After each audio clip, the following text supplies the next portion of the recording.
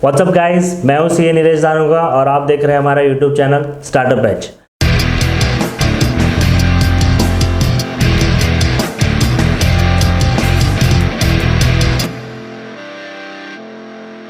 Hello and welcome friends to our series all about Microsoft Excel part 2। I hope आप लोगों ने part 1 already देख लिया होगा। अगर आपने अभी तक पार्ट 1 नहीं देखा है तो डिस्क्रिप्शन पे लिंक में आप जाके पार्ट 1 पहले देख सकते हैं। सो फ्रेंड्स, पार्ट 1 में हमने 3 जो रिबन टैब्स है वो हमने ऑलरेडी स्टडी कर लिए थे, जिसमें एक होम, इंसर्ट और पेज लेआउट था। उसके बाद हमारे पास 4 रिबन टैब्स और बचते हैं, formula, data, review and view, जिसमें से आज हम डेटा, रिव्यू और व्यू डिस्कस करेंगे पार्ट 2 में। और जो फार्मूलाज है वो आपको पार्ट 3 में देखने को मिलेगा, बिकॉज ये बहुत ही वास्ट टॉपिक है और बहुत ही वाइडली यूज टॉपिक है, तो इसके लिए हमने एक पूरा स्पेशल सेशन रखा है। सो फ्रेंड्स, आज हम स्टार्ट करते हैं डेटा से। तो डेटा के जो रिबन्स है वो हम एक एक करके यहाँ पे आपको एक्सप्लेन करते जाएंगे। सो सबसे पहले डेटा में जो कैटेगरी बनाई हुई है रिबन्स की वो है gate external data. Basically gate external data में आपको अगर किसी भी अदर सोर्स से डेटा एक्सेल में इंसर्ट करना है तो वो आप इस ऑप्शन के थ्रू कर सकते हैं। यहाँ पे आपको वेरियस ऑप्शन दिए गए हैं। अगर आप माइक्रोसॉफ्ट एक्सेस से कोई डेटा लेना चाहते हैं या वेब से या टेक्स्ट, या उसके बाद और भी आपको सोर्सेज के ऑप्शंस दिए हुए हैं, जैसे कोई एक्सएमएल फाइल अगर आप इंपोर्ट करना चाहते हैं डेटा वहाँ से, तो आप इस ऑप्शन के थ्रू कर सकते हैं। सो फ्रेंड्स, अब हम एक एक करके सारे डेटा एक बार चेक करेंगे कि किस तरह से इंपोर्ट किया जा सकता है। हमने ऑलरेडी कुछ फाइल जो है वो डेस्कटॉप पे यहाँ पे हमने डाउनलोड कर रखी है ताकि टाइम वेस्ट ना हो इस चीज़ के लिए। सो फ्रेंड्स, स्टार्ट करते हैं। सबसे पहले माइक्रोसॉफ्ट एक्सेस से आप जो डेटाबेस होता है वो आप किस तरह से इंपोर्ट कर सकते हैं एक्सटर्नल डेटा के थ्रू। सो फ्रेंड्स, सबसे पहले आपको क्लिक करना है फ्रॉम एक्सेस में। उसके बाद आपको अपनी फाइल सिलेक्ट करनी है जहाँ पे भी आपने अपना डेटाबेस स्टोर कर रखा हो। हमने डेस्कटॉप पे रखा है। उसके बाद आपको ये इंपोर्ट डेटा में ऑप्शंस पूछेगा, उसमें से आपको एग्जिस्टिंग वर्कशीट पे ओके कर देना है। जैसे ही आप ओके करेंगे तो देखिए, जैसे कि हमने डेटा जो एक्सेस में था वो ऑलरेडी यहाँ पे टेबुलर फॉर्म में इंसर्ट हो गया है पूरा का पूरा। तो इस तरह से आप एक्सेस से अपना डेटा जो है इंसर्ट कर सकते हैं। जैसे ही आप इंसर्ट करेंगे आपको ऊपर एक डिज़ाइन का ऑप्शन, जैसे कि हमने टेबल में देखा था, यहाँ पे भी अनेबल हो जाएगा, जिससे आप डिज़ाइन कर सकते हैं, कलर चेंजेस वगैरह और भी सारी चीज़ें आप यहाँ से कर पाएंगे। सो फ्रेंड्स, अब हम डेटा में दूसरा जो ऑप्शन है इंसर्ट के लिए, उसके हम न्यू शीट क्रिएट कर लेते हैं। डेटा में जाएंगे और फ्रॉम वेब में बेसिकली आपको अगर कोई डेटा इंटरनेट से कंटिन्यूसली इंपोर्ट करना है तो उसके लिए आप कर सकते हैं। सैम्पल वेबसाइट के हिसाब से हम मनी कंट्रोल की वेबसाइट पे जाते हैं।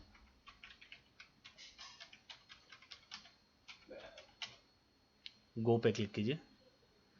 अगर कोई एरर आती है तो आप उसे यस कर दीजिए ताकि वो डेटा लोड हो जाए।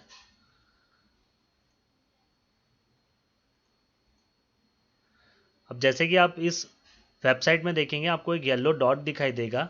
बेसिकली वो सेक्शन वाइज वेबसाइट को डिवाइड कर देता है। अगर आपको कोई पर्टिकुलर डेटा चाहिए तो आपको उसी सेक्शन को सिलेक्ट करना है ताकि वही सेक्शन का जो डेटा है वो कंटिन्यूसली वेब से इंपोर्ट हो जाएगा। यहाँ पे हम कमोडिटीज़ का सेक्शन एक बार सिलेक्ट कर लेते हैं। जैसे आप सिलेक्ट करेंगे वो जो एरिया है वो ब्लू हो जाएगा। उसके बाद आपको इंपोर्ट पे क्लिक करना है। जिस सेल में आप इंपोर्ट करना चाहते हैं उसका एड्रेस डालना है और वेट कीजिए। जैसे आप वेट करने के बाद देखेंगे तो आपका जो डेटा है वो इंपोर्ट हो जाएगा। यहाँ पे बेसिकली हम लोग जो टेक्स्ट फाइल होती है वो बैंक स्टेटमेंट्स में रहती है, तो बैंक स्टेटमेंट को हमने यहाँ पे इंपोर्ट किया है। तो आप देखेंगे कि डेबिट बैलेंस, क्रेडिट बैलेंस, सब कुछ जो है अलग अलग टेबल में चला गया है। सो फ्रेंड्स, ये 3 सोर्सेज के अलावा भी हम कुछ सोर्सेज है जिससे हम डेटा जो कि इंपोर्ट कर सकते हैं। हम फिर से एक न्यू शीट क्रिएट कर चुके हैं, शीट 10 में चलते हैं। उसके बाद फ्रॉम अदर सोर्सेज में आप देखेंगे तो बहुत सारे ऑप्शंस दिए गए हैं, जिसमें से बहुत कॉमनली यूज जो हम लोग करते हैं वो एक्सएमएल डेटा रहता है, इसलिए हम एक एक्सएमएल की फाइल भी इंपोर्ट करके देख लेते हैं। डेस्कटॉप पे हमने ऑलरेडी एक सेव कर रखी है। ओके कीजिए। जो भी सेल सिलेक्टेड होगा उस पर आपको ओके करना है और जैसे कि आप देखेंगे आपका डेटा जो है वो ऑटोमेटिकली इंपोर्ट हो जाएगा। सो फ्रेंड्स, जैसा कि आपने देखा हमारा डेटा जो है वो ऑलरेडी इंपोर्ट हो चुका है यहाँ पे। उसके बाद वापस सेम आप देखेंगे डिज़ाइन का कॉलम भी अनेबल हो गया, जहाँ से आपने टेबल की डिज़ाइन वगैरह एडिट कर सकते हैं। So friends, gate external data में हमने तीनों चारों सोर्स देख लिए। उसके बाद हमारे पास last option get external data में बचता है एग्जिस्टिंग कनेक्शन का। सो हम उसके लिए न्यू शीट पे जाएंगे। एग्जिस्टिंग कनेक्शन में बेसिकली जो भी आपने अभी तक इंपोर्ट किया है, अगर वो फिर से आप इंपोर्ट करना चाहते हैं कोई नई शीट में, तो आप एग्जिस्टिंग कनेक्शन का यूज़ कर सकते हैं। सो क्लिक करना है आपको एग्जिस्टिंग कनेक्शन पे। उसमें आप देखेंगे कि अभी तक आपने जो भी यहाँ पे इंपोर्ट किया था सारे ऑप्शंस आपको यहाँ दिखेंगे। जैसे कि मनी कंट्रोल से जो हमने सिलेक्ट किया था वो कनेक्शन से आ रहा है, तो हम उस पर क्लिक करके ओपन करेंगे जैसे ही आप ओपन करोगे वापस से आपको इंपोर्ट डेटा के लिए कौन से सेल में आपको इंपोर्ट करना वो ऑप्शन पूछेगा, आपको ओके कर देना है। जैसे ही आप ओके करते हैं तो वो डेटा ऑटोमेटिकली फैच कर लेगा वेबसाइट से। So friends, gate external data में हमने सारे ऑप्शंस देख लिए हैं, तो हम किसी भी तरह से जो भी वेरियस हमारे पास ऑप्शंस है उसमें से हम डेटा इंपोर्ट कर सकते हैं Excel. So friends, next category of ribbons जो हमारे हैं वो है कनेक्शंस। कनेक्शंस में बेसिकली अभी तक आपने जो भी डेटा इंपोर्ट किया है, अगर आप चाहते हैं कि वो एक पर्टिकुलर इंटरवल पे रिफ़्रेश होता रहे, आपको मैनुअली उसे रिफ़्रेश करना है, तो आपको जस्ट रिफ़्रेश ऑल पे जाना है और रिफ़्रेश पे क्लिक करना है। जैसे कि आपने देखा यहाँ पे जो क्रूड ऑयल्स के और सिल्वर के रेट्स थे वो ऑटोमेटिकली यहाँ पे चेंज होगा। एक बार फिर से हम आपको करके दिखाते हैं। रिफ़्रेश पे आपको जाना है, रिफ़्रेश पे सेलेक्ट करना है और वेट करना है और आपका जो डेटा है वो रिफ़्रेश हो जाएगा। साथ ही साथ जब कनेक्शन का ऑप्शन दिया हुआ है, कनेक्शन के ऑप्शन में आप जब क्लिक करते हैं तो एग्जिस्टिंग वर्कबुक के जितने भी कनेक्शंस हो गए वो आपको यहाँ पे दिखाई देंगे, जिसमें से आपको जो भी रिमूव, ऐड, प्रॉपर्टीज़ अगर उनकी चेंज करनी है, रिफ़्रेश करना है, वो आप यहाँ से कर सकते हैं। उसके बाद फ्रेंड्स प्रॉपर्टीज़ दी गई है। अब जैसे कि आपने डेटा तो इंपोर्ट कर लिया है, अब अगर आप चाहते हैं कि ये डेटा एवरी 1 मिनट या 2 मिनट रिफ़्रेश होता रहे तो आप प्रॉपर्टीज़ में जाके रिफ़्रेश कर सकते हैं उसको, और उसमें आप टाइम लिमिट भी डाल सकते हैं।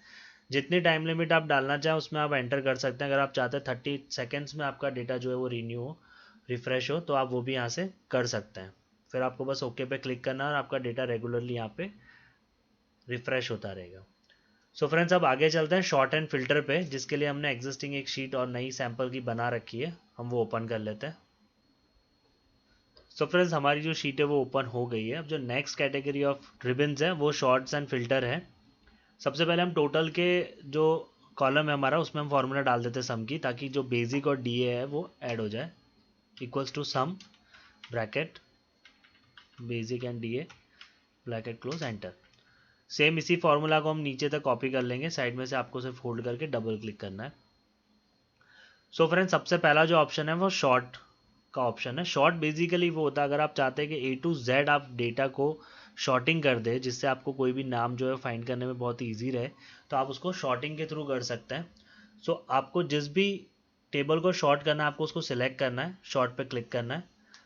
शॉर्ट पे क्लिक करने के बाद शॉर्ट बाय वो पूछेगा। अगर आप डिपार्टमेंट वाइज उसे शॉर्ट करना चाहते हैं या आप नेम वाइज शॉर्ट करना चाहते हैं तो आप उस हिसाब से सिलेक्ट कर सकते हैं। सो हम नेम वाइज सिलेक्ट करते हैं। अब इसमें भी ऑप्शंस आपको दिए गए हैं, आप ए टू जेड चाहते हैं या जेड टू ए चाहते हैं, जैसे हम असेंडिंग और डिसेंडिंग कहते हैं। सो इसमें हम ए टू जेड करते हैं और ओके पे क्लिक करना है। तो जैसे ही आप देखेंगे जो कि ये एम्प्लॉय नेम वाइज ये ए टू जेड शॉर्टिंग हो गया है। सो इसी तरह से अगर आप अमाउंट वाइज सॉर्टिंग करना चाहते हैं तो उसके लिए भी आपको वापस से पूरा का पूरा टेबल जो है सिलेक्ट करना है, सॉर्टिंग में जाना है और टोटल सिलेक्ट करना है। अब टोटल में स्मॉलेस्ट टू लार्जेस्ट ऑटोमेटिकली जब आपने नंबर का कॉलम जो सिलेक्ट किया है तो ऑटोमेटिकली वहाँ स्मॉलेस्ट टू लार्जेस्ट और लार्जेस्ट टू स्मॉलेस्ट आ गया है। हम स्मॉलेस्ट टू लार्जेस्ट करते हैं और ओके करेंगे। जैसे आप ओके करेंगे देखेंगे कि आप 10,000 वाली जो वैल्यू है जो कि सबसे लोएस्ट है वो सबसे ऊपर आ गई है और 76,000 वाली सबसे नीचे आ गई। सेम वे फ्रेंड्स, दूसरा ऑप्शन है शॉर्टिंग का, सॉरी शॉर्टिंग नहीं, फिल्टर का। फिल्टर में बेसिकली आपको टेबल को सिलेक्ट करना है और फिल्टर पे क्लिक करना है। जैसे आप फिल्टर पे क्लिक करते हैं आप ऊपर देखेंगे कि आपको एक ड्रॉप डाउन के ऑप्शंस एक्टिवेट हो गए हैं। अब इस ड्रॉप डाउन के ऑप्शन से अगर आप चाहते हैं कि कोई भी, जैसे कि सपोज कीजिए डिपार्टमेंट का कॉलम है, अब इसमें डिपार्टमेंट में आप देख रहे हैं कि एडमिनिस्ट्रेशन और अकाउंट दो डिपार्टमेंट्स है, बट आप चाहते हैं कि आप पर्टिकुलरली अकाउंट्स की सैलरी देखें, तो आपको सिलेक्ट ऑल पे से सारे टिक्स हटाने और एक अकाउंट पे सिलेक्ट करना है और ओके करना है। सो फ्रेंड्स, आपकी जो टेबल है आप उसमें देखेंगे कि एडमिनिस्ट्रेशन वाले जो भी थे वो सारे के सारे हाइड हो गए हैं और सिर्फ अकाउंट्स वाले यहाँ पे आपको दिखाई दे रहे हैं। सेम वे अगर आप एम्प्लॉय नेम से अगर इसको फिल्टर करना चाहते हैं तो वो भी आप कर सकते हैं। पहले हम पूरी डिटेल्स वापस ले आते हैं। अब सपोज कीजिए कि आप पर्टिकुलर एक एम्प्लॉय या दो एम्प्लॉय की सैलरीज देखना चाहते हैं, किशन और राम, आपको ओके करें तो किशन और राम की यहाँ पे आपको डेटा दिखाई देगा। सेम वे हम वापस से इसे ओरिजिनल पे ले आते हैं। अब जैसे कि टोटल पे अगर आप जाते हो फिल्टर में तो वहाँ पे आपको बहुत सारे ऑप्शन दिखेंगे। फर्स्ट है स्मॉलेस्ट टू लार्जेस्ट, यहाँ पे शॉर्टिंग का ऑप्शन ऑलरेडी आपको दिया हुआ है।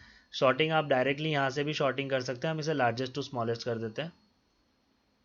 सो आप देखेंगे कि जैसे कि पहले हमने स्मॉलेस्ट टू लार्जेस्ट किया था, अब ये चीज़ लार्जेस्ट टू स्मॉलेस्ट हो गई है। वापस से हम टोटल पे जाएंगे, वहाँ पे जो ऑप्शन दिया गया है आपको other than sorting by colour का भी ऑप्शन दिया गया है और उसके बाद है नंबर फिल्टर। जैसे कि हमने टेबल में अभी कलर्स यूज़ नहीं किए हैं तो उससे हम शॉर्ट बाय कलर यूज़ नहीं कर पाएंगे, बट नंबर फिल्टर जैसे कि आप देखेंगे तो वहाँ पे वेरियस आपको ऑप्शंस मिलेंगे।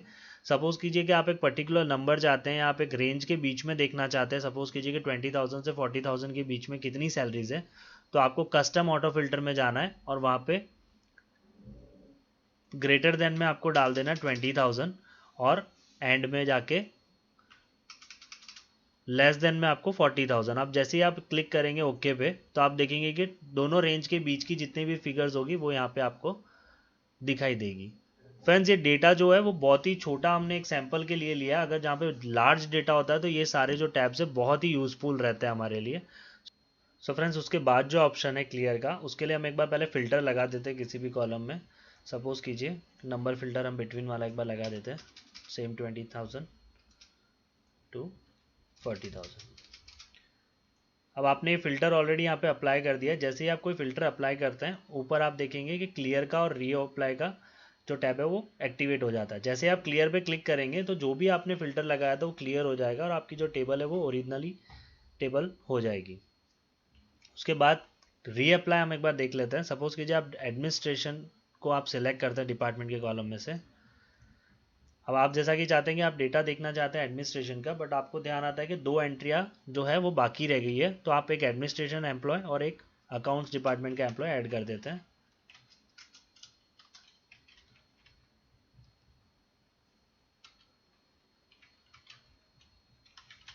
सो फ्रेंड्स, अब 2 एंट्री हमने जैसे यहाँ पे वापस से कर दी है। अब हम चाहते हैं कि जो हमारा फिल्टर है वो कंटिन्यू रहे, हम एडमिनिस्ट्रेशन के एम्प्लॉयज़ ही देखना चाहते हैं। तो सेम फिल्टर अगर आप रीअप्लाई करेंगे तो देखिए आप अकाउंट्स की जो एंट्री थी वो ऑलरेडी हाइड हो गई और वापस से ये रीअप्लाई होकर इसने एडमिनिस्ट्रेशन का जो डेटा था वो आपको यहाँ पे दे दिया। अब हम इसको ओरिजिनल पे ले जाते हैं वापस।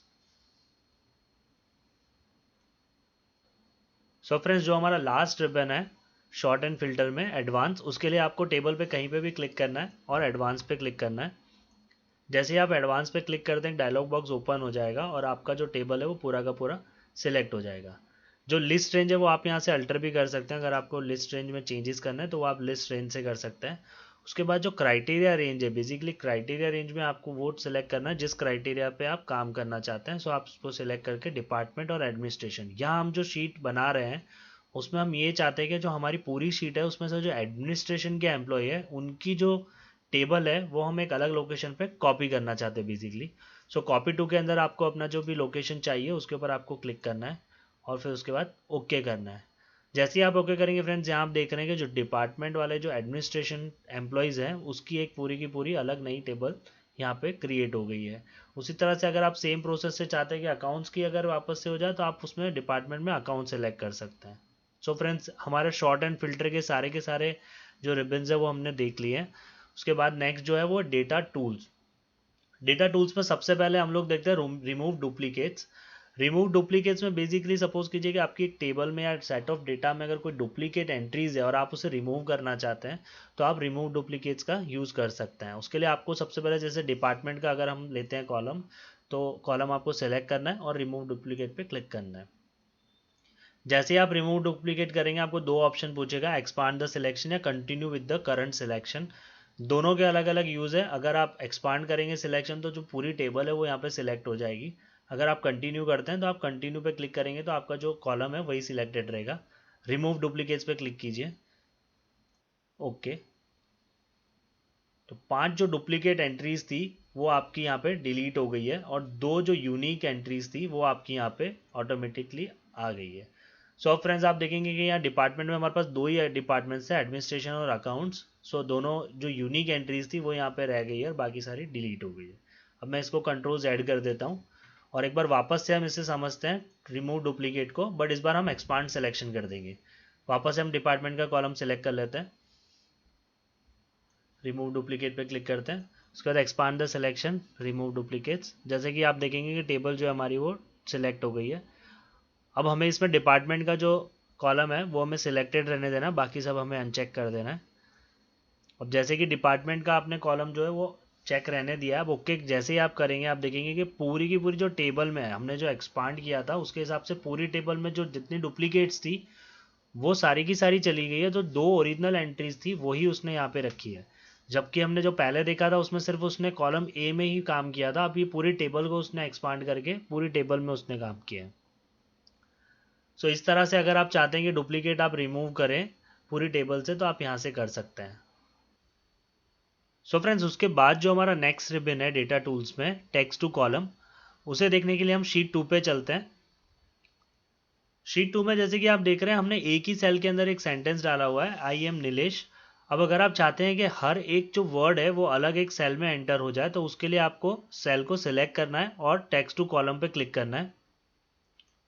जैसे आप टेक्स्ट टू कॉलम पे क्लिक करेंगे, एक डायलॉग बॉक्स आएगा जिसमें आपको प्रीव्यू में दिखाई देगा, जो कि एक सेल में लिखा हुआ है आई एम नीलेश। आपको नेक्स्ट पे क्लिक करना है। जैसे आप नेक्स्ट पे क्लिक करेंगे, वो उसका ब्रेकअप आपको दिखाएगा। फिर से नेक्स्ट पे क्लिक कीजिए। उसके बाद आपको फिनिश पे क्लिक करना है। जैसे आप फिनिश पे क्लिक करेंगे, आई एम नीलेश जो है वो तीनों वर्ड जो है वो अलग अलग कॉलम में, सेल में एंटर हो जाएंगे। सो इस तरह से आप कोई भी एक जो सेंटेंस है उसको अगर चाहते हैं कि सेल वाइज वो बाइफरकेट हो जाए, तो उसके लिए आप ये यूज़ कर सकते हैं। उसके बाद फ्रेंड्स हम देखते हैं डेटा वैलिडेशन। डेटा वैलिडेशन के लिए हमने ऑलरेडी एक टेबल क्रिएट कर रखा है शीट 1 में। बेसिकली ये शीट एक स्कूल की मार्कशीट हमने एक यहाँ पे ड्राफ्ट की हुई है, जिसमें सबसे पहले स्टूडेंट नेम, उसके बाद gender, date of birth, mark, result और क्लास है। तो सबसे पहले फ्रेंड्स हम लोग डेटा वैलिडेशन पे जाएंगे। वहाँ पे जब आप देखेंगे उसमें अलाउ के अंदर एनी वैल्यू, इसमें बेसिकली आप सेल के अंदर जो भी डेटा अलाउ करना चाहते हैं या डिसअलाउ करना चाहते हैं उसकी यहाँ पे डिटेल्स रहती है। जैसे कि हम सबसे पहले हमारी लिस्ट में देख रहे हैं जेंडर है। जेंडर में अब हम चाहते हैं कि जो हम आंसर इनपुट करें वो या तो एम हो या एफ हो। अब हम नहीं चाहते कि इसमें पूरा मेल या फीमेल डाला जाए, तो इसमें हम जो चाहते हैं टेक्स्ट की जो क्वांटिटी है अल्फ़ाबेट की, वो हम एक ही चाहते हैं। तो उसके लिए हम डेटा वैलिडेशन पे जाएंगे, पूरा कॉलम सिलेक्ट करके डेटा वैलिडेशन, यस। उसके बाद आपको टेक्स्ट लेंथ सिलेक्ट करनी है और उसमें आपने मिनिमम में 1 और मैक्सिमम में 1 ओके कीजिए। जैसे आप इसमें वैलिडेशन डाल देंगे, अब अगर आप इसमें एक से ज़्यादा अल्फ़ाबेट एंटर करेंगे तो ये ऑटोमेटिकली आपको एक एरर क्रिएट कर देगा। यहाँ पे कैंसिल कीजिए। अब आप यहाँ पे सिर्फ एम डालिए, एंटर। तो देखिए आप एम अगर डालते हैं तो यहाँ पे ये एंट्री करने देगा, या फिर आप एफ डालिए तो ये एंट्री करने देगा। बट अगर आप मेल लिखेंगे या फीमेल लिखेंगे तो ये आपको एंट्री नहीं करने देगा और ये आपको एक एरर देगा। डेट ऑफ बर्थ में हम देखते हैं। अब हम चाहते हैं कि डेट ऑफ बर्थ जो है वो हमारी एक पर्टिकुलर रेंज में हो, बिकॉज जो स्टूडेंट्स हैं उनकी एज की एक लिमिट रहती है। तो वैलिडेशन में हम जाएंगे, यस करेंगे। डेट के कॉलम में हम जाके बिटवीन में जाएंगे और उसमें हमने एक बिटवीन में डेट डाल दी कि 1/1/2000 से लेके 31/5/2020 तक के ही हमको स्टूडेंट्स की डेट यहाँ पे डालनी है। ओके कीजिए। अब आप अगर इस डेट रेंज के बाहर में अगर कोई डेट डाल रहा है तो वो वापस से उसमें एरर देगा। जैसे कि 1991 की अगर मैं एंट्री कर रहा हूँ और एंटर कर रहा हूँ तो मुझे एक एरर आ जाएगा, this data is not valid. आप जो यहाँ पे डेट डाल सकते हैं वो एक पर्टिकुलर रेंज में ही आप एंट्री कर पाएंगे, जो कि हमने वहाँ पे मेंशन की है। सेम वे फ्रेंड्स, मार्क्स के लिए आप देखेंगे तो मार्क्स बेसिकली 0 से 100 तक के मार्क्स हो सकते हैं। उसमें भी हम लोग एक वैलिडेशन डालेंगे जो कि रहेगा ओके। एनी वैल्यू में हम लोग उसमें जाएंगे होल नंबर। होल नंबर में बेसिकली आप डेसिमल में, मैक्सिमम रिजल्ट्स में डेसिमल में मार्क्स नहीं होते हैं, तो हम 0 से लेके 100 तक डालेंगे। ओके करिए। जैसे आपने वैलिडेशन डाल दिया, अब आप देखेंगे कि अगर आप 100 से ऊपर या 0 से कम मार्क्स देना चाहेंगे तो वो एंट्री नहीं लेगा। फ्रेंड्स, इसमें आप 0 से लेके 100 तक के ही मार्क्स यहाँ पे आप एंटर कर पाएंगे। सेम वे नेक्स्ट आपका है रिजल्ट। रिजल्ट में दो ही आउटकम हो सकते हैं, या तो स्टूडेंट पास होगा या फेल होगा। तो उसके लिए आप एक ड्रॉप डाउन वैलिडेशन भी यूज कर सकते हैं। वापस से आप कॉलम सिलेक्ट कर लीजिए,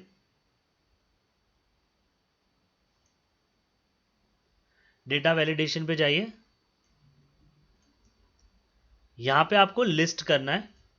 लिस्ट के बाद आपको सोर्स ये पूछेगा। यहाँ पे सोर्स में आपको ऑलरेडी जहाँ पे आपने लिस्ट बना रखी हो वहाँ पे आपको सोर्स सिलेक्ट करके ओके करना है। जैसे ही आप ओके करेंगे, यहाँ पे एक ड्रॉप डाउन ऑलरेडी क्रिएट हो जाएगा। वहाँ ड्रॉप डाउन में आप देखेंगे आपको दो ऑप्शन आएंगे, पास या फेल। इसके अलावा अगर आप एंट्री मैनुअली करना चाहेंगे कुछ टाइप करके, तो वो आपको यहाँ पे टाइप नहीं करने देगा। जैसे ही आप एंटर करेंगे यहाँ पे एरर आएगा, बिकॉज इस सेल में आप सिर्फ दो ही आउटकम डाल सकते हैं, पास या फेल। फ्रेंड्स, ये डेटा वैलिडेशन हमारा यहाँ पे कंप्लीट होता है। उसके बाद जो हमारा ऑप्शन है कंसोलिडेशन, वो हम एक्सपर्ट लेवल पार्ट में देखेंगे। फिलहाल हम व्हाट इफ देख लेते हैं। यहाँ पे हमने एक ऑप्शन और दिया है क्लास का। अब क्लास में बेसिकली हम चाहते हैं अगर 60 से ऊपर किसी के मार्क्स है तो उनको हम फर्स्ट क्लास दें, और 60 से कम किसी के मार्क्स है तो हम उसे सेकंड क्लास दें। तो अब जैसे कि सपोज कीजिए ये डेटा तो बहुत कम है, अगर एक क्लास में 100 स्टूडेंट है तो आप नहीं चाहते कि एक एक को आप इंडिविजुअली एसेस करें, तो उसके लिए हम लोग क्या करते हैं, क्लास का जो हमारा कॉलम है उसके अंदर हम व्हाट इफ का यूज़ करेंगे। सो वो हम कैसे करेंगे आप देखते जाइए। सबसे पहले आप क्लास में जाइए, उसमें आप फॉर्मूला डालिए व्हाट इफ की, equals to if bracket close. अब उसके अंदर जो लॉजिकल टेस्ट है उसके अंदर आपको लॉजिक डालना है कि जो D2 में आपका जो सेल है उसके अंदर जो भी आपका वैल्यू है वो ग्रेटर देन 60 होना चाहिए। सो उसको हम कर देंगे D2 ग्रेटर देन 60, कॉमा, उसके बाद वैल्यू इफ ट्रू। इसका मतलब होता है अगर वो 60 से ऊपर है तो आप क्या चाहते हैं, तो उसमें आपको डालना है फर्स्ट क्लास,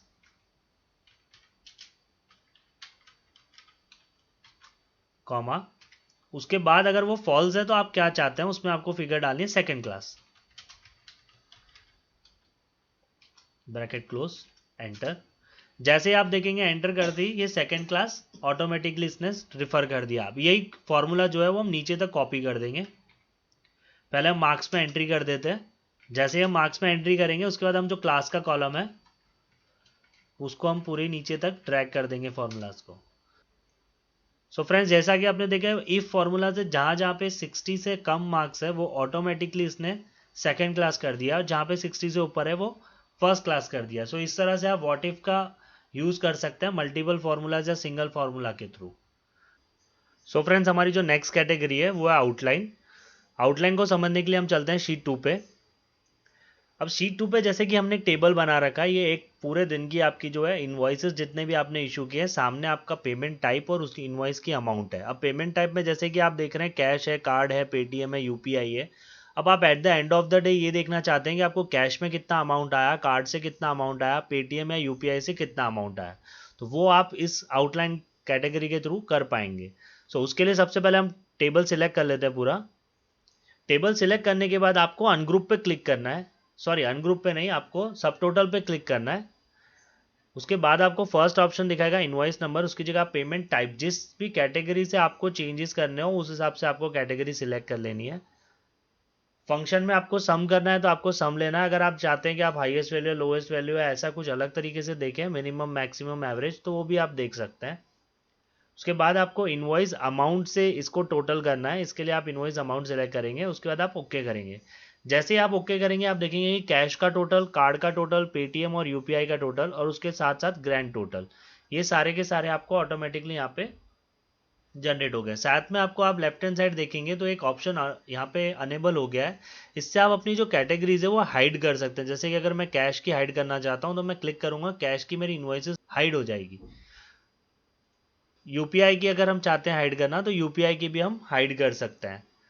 सो इसी तरह से आप सारी अगर हाइड कर देंगे तो आपको जो टोटल्स है जैसे cash total, card total, Paytm का टोटल और साथ साथ में आपको ग्रैंड टोटल सिर्फ वही बचेगा, बाकी का सारा कुछ हाइड हो जाएगा। अगर आप मल्टीपल बहुत सारे इन्वॉइसेस पूरे दिन में बनते हैं, जैसे कि 1000 इन्वॉइसेस बन रहे हैं और आप चाहते हैं कि टोटल सिर्फ आप कैश का, कार्ड का और पेटीएम का टोटल देख पाएँ एक ही विंडो में, तो आप इस तरह से कर सकते हैं। साथ साथ में अगर आप ग्रुप का ऑप्शन अगर यूज़ करना चाहते हो तो ये सारा फिगर आपको मैनुअली करना पड़ेगा, इसलिए सब टोटल करते ये चीज़ जो है वो डायरेक्टली आपको हो जाएगी। साथ साथ में आप यहाँ पे शो डिटेल और हाइड डिटेल का जो आपको ऑप्शन दिया हुआ है उसमें बेसिकली आप जैसे शो डिटेल करेंगे आपको सारी डिटेल्स शो करेगी, आप हाइड डिटेल्स करेंगे तो उसी तरह से हाइड हो जाएगी। सो फ्रेंड्स, ये हमारा आउटलाइन का टैब पूरा होता है यहाँ पे। उसके बाद हम देखते हैं review. So friends, review tab में आपको बेसिकली डिटेल्स जो दी गई है वो आपको अपने डेटा को रिव्यू करना और प्रोटेक्ट कैसे करना है वो चीज़ के लिए दी गई है। इसमें 3 कैटेगरीज में आपके जो रिबन्स है वो बाइफरगेट किए गए हैं। सबसे पहला है प्रूफिंग। प्रूफिंग बेसिकली जैसे हम लोग प्रूफ रीडिंग करते हैं उसी तरह से जो हमने डेटा डाला है उसकी प्रूफिंग के लिए यहाँ पे ऑप्शन दिया गया है। सबसे पहले स्पेलिंग चेक है, तो उसके लिए मैंने एक छोटा सा एग्जांपल बना रखा है, सन, मून, अर्थ एंड वीनस। अगर हम अर्थ की स्पेलिंग जो है वो चेंज कर देते हैं और अब हम पूरा डेटा जो है हमारा सिलेक्ट करते हैं और उसमें स्पेलिंग पे क्लिक करते हैं। जैसे ही हम स्पेलिंग पे क्लिक करेंगे इस डेटा में जो भी स्पेलिंग रॉन्ग होगी वो ये तुरंत इंडिकेट कर देगा और आपको नीचे सजेशंस भी साथ साथ में देगा। अगर आपको फर्स्ट सजेशन है वो अगर आपको सही लगता है तो आप चेंज कर दीजिए। उसके बाद ये पूछेगा आपको कि स्पेलिंग चेक इज़ कंप्लीट, तो आप ओके कर दीजिए उसको, तो आपकी जो स्पेलिंग है वो ये करेक्ट कर देगा। सो बेसिकली इससे आप अपनी जो भी शीट के अंदर जो भी स्पेलिंग्स वगैरह मिस्टेक्स होगी वो आप यहाँ पे देख पाएंगे। उसके बाद जो रिबन है वो है रिसर्च। जैसे ही आप सेल में डेटा पे क्लिक करके रिसर्च पे क्लिक करेंगे तो एक डायलॉग बॉक्स साइड में खुल जाएगा। अब आप देख सकते हैं फ्रेंड्स, सन के बारे में जितनी भी डिटेल्स और जो रिसर्च आप करना चाहते हो वो सारी की सारी डिटेल्स ऑटोमेटिकली आपको यहाँ पे शो कर देगा। तो ऐसे ही आप किसी भी डेटा के बारे में अगर कोई रिसर्च करना चाहते हैं तो आप क्लिक करके सिर्फ रिसर्च पे अगर क्लिक करेंगे तो वहाँ पे आपको ये पूरी डिटेल्स रिसर्च की दे देगा। फ्रेंड्स, उसके बाद के जो दो ऑप्शन है थेसोरस और ट्रांसलेशन।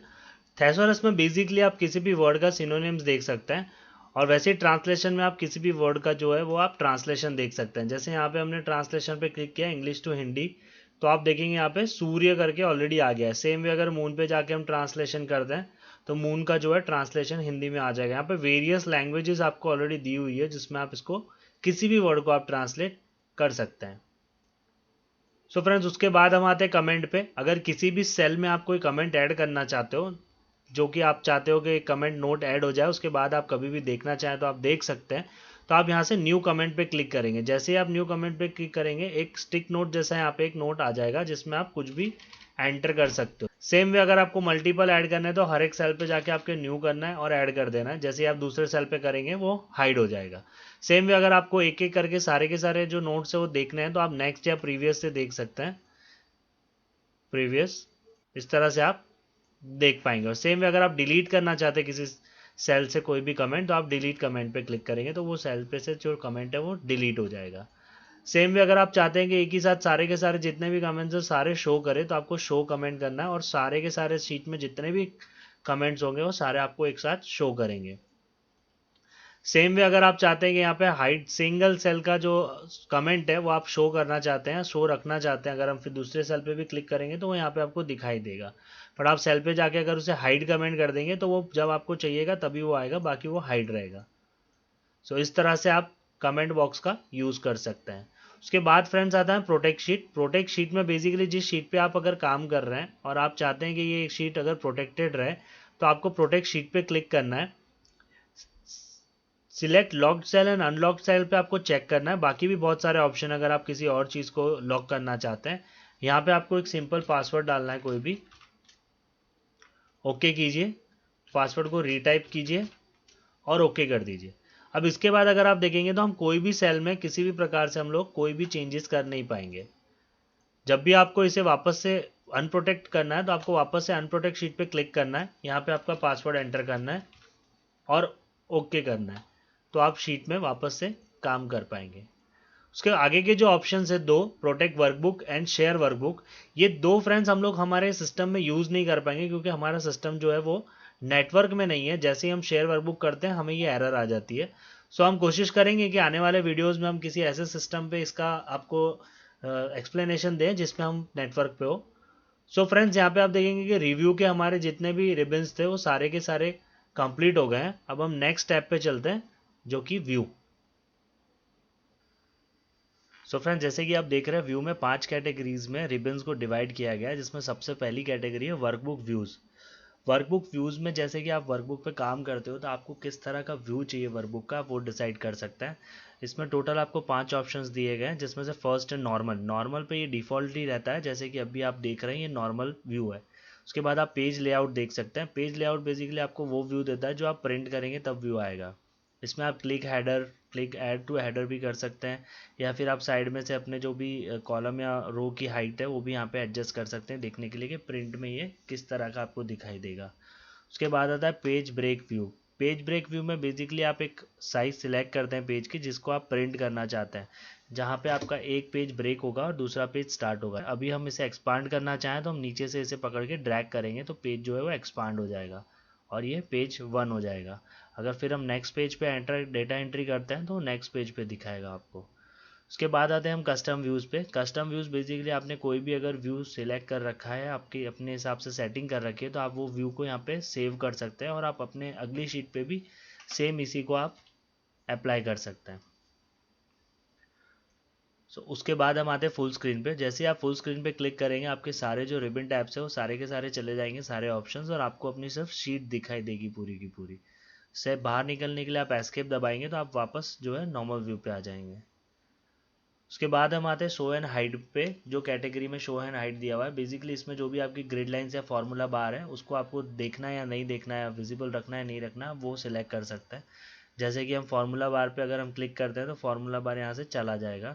सेम वे वहाँ पे हेडिंग पे क्लिक करते हैं तो हेडिंग यहाँ से निकल जाती है।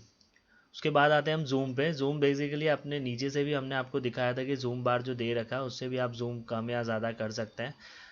उसमें लास्ट ऑप्शन जो दिया हुआ है जूम टू सिलेक्शन, वो एक देखने वाली चीज़ है। जब भी आप जूम टू सिलेक्शन करेंगे, जो भी आपने सिलेक्शन कर रखा होगा पूरी शीट उसके हिसाब से जूम हो जाएगी ऑटोमेटिकली। और वापस अगर आप 100% पे करेंगे तो डिफ़ॉल्ट पे चला जाएगा। सो जूम में फ्रेंड्स और ज़्यादा कुछ भी नहीं है। उसके बाद हम आते हैं विंडोज़ पे। अब विंडोज़ में बेसिकली आपको सबसे पहला जो ऑप्शन है वो है न्यू विंडो का। न्यू विंडो पे जब भी आप क्लिक करेंगे तो जिस वर्कबुक में आप काम कर रहे हैं सेम वैसी ही एक विंडो और ओपन हो जाएगी। देखिए जैसे आप नीचे आप देखेंगे तो आपको दो विंडोज़ दिखाई देगी, 2.1 एंड 2.2। ये दोनों ही विंडोज़ में आप साइमल्टेनियसली काम कर सकते हैं। अभी आपको अरेंज भी अगर इनको करना है तो आप अरेंज में ऑल में जाएंगे तो आपको वेरियस ऑप्शन मिलेंगे। हम इसे हॉरिजॉन्टल करके ओके करते हैं। देखिए अब 1 और 2 दोनों आपको एक साथ साइमल्टेनियसली काम करने के लिए अवेलेबल है। आप दोनों में अलग अलग काम कर सकते हैं। ये तब यूज़ आता है जब आपको एक शीट में से डेटा जो है वो दूसरी शीट में कॉपी करना होता है।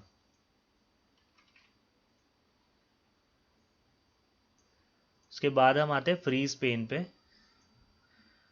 उसके लिए हम लोग पहले एक बार विंडोज़ को बंद कर देते हैं।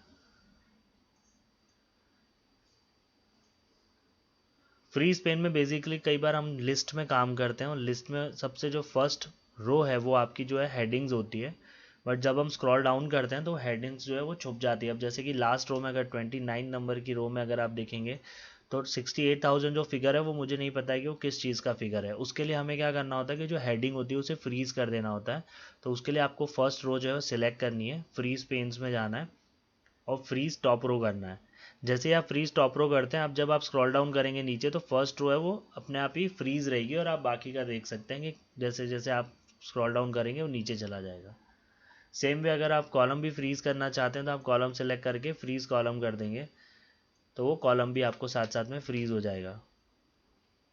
तो इस तरह से आप जो हेडिंग है कॉलम और रो की वो दोनों फ्रीज कर सकते हैं।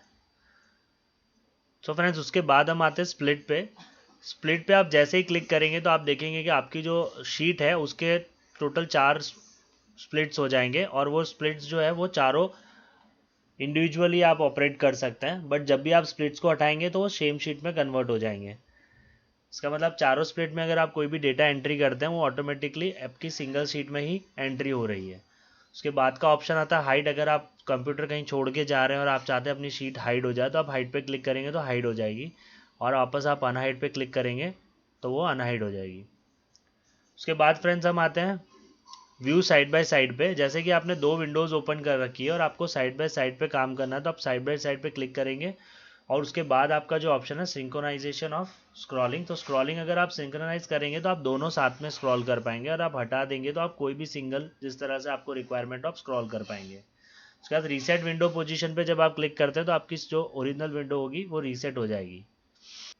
सो फ्रेंड्स हमारा नेक्स्ट रिबन जो है वो सेव वर्क स्पेस है।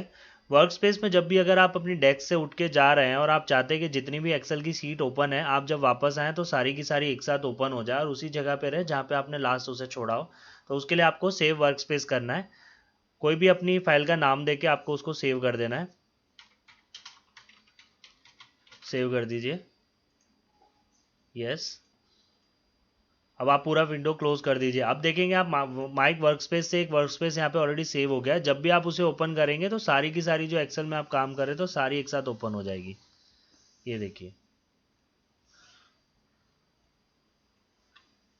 उसके बाद फ्रेंड्स व्यू में आते हैं। उसके बाद का जो ऑप्शन है वो स्विच विंडोज़। बेसिकली अगर आप मल्टीपल विंडोज़ में काम कर रहे हैं तो यहाँ से आप स्विच कर सकते हैं। सो ये स्विच विंडोज़ आप यहाँ से कर सकते हैं।